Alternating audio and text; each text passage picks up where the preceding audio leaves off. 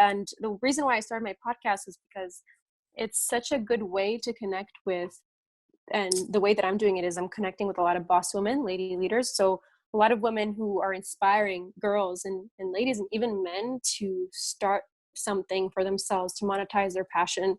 And it's all about the story.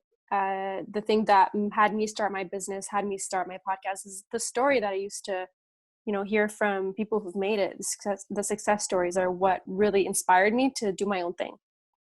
And I wanted to offer that to someone else, and I want to offer it to whoever needs to hear it, because you never know, someone could be losing hope in their business, someone could be losing hope in the work that they're doing, and then they stumble upon one of my episodes and they're like, shit, like this person was at this low point in their life and now they've made it somewhere.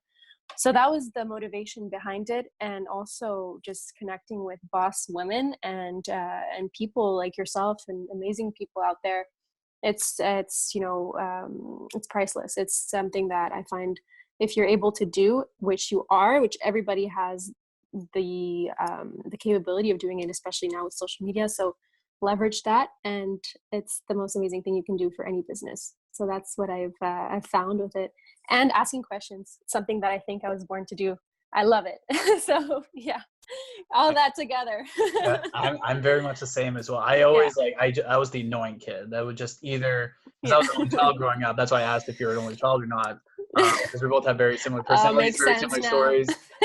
Yeah, exactly. I used to always, since like the only time I can hang out with people around my age was always at school or extracurricular activities like sports and stuff. So I would always be the one to like be out of my desk all the time and just go talk to people. And then when my teachers would question me about like, no, you should be doing your work, I'm like, why?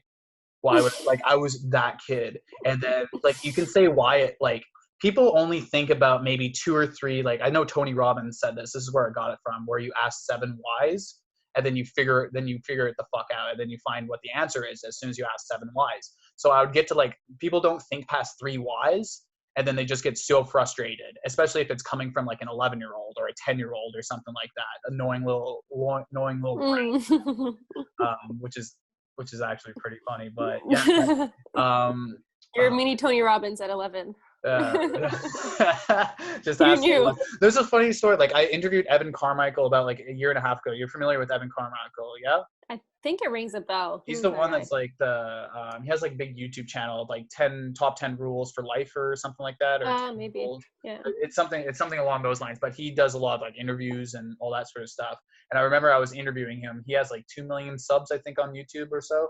I remember I was interviewing him and I was going on to do some research about like 5-10 minutes before. And he was live on his channel 5-10 minutes before. And I was just like, oh, okay, like that's kind of weird. We have an appointment or whatever in like 15-20 minutes. I'm going to go see what he's up to. Lo and behold, on his live channel, he was interviewing Tony Robbins. And then 2 minutes later, I got to talk with him after he was talking with Tony Robbins. And I was just like, I'm like, that's the power of just like going out there and putting yourself in front of people. Like you mentioned before, Carine, it is, you never know like the connections that you get and like who they're connected to either.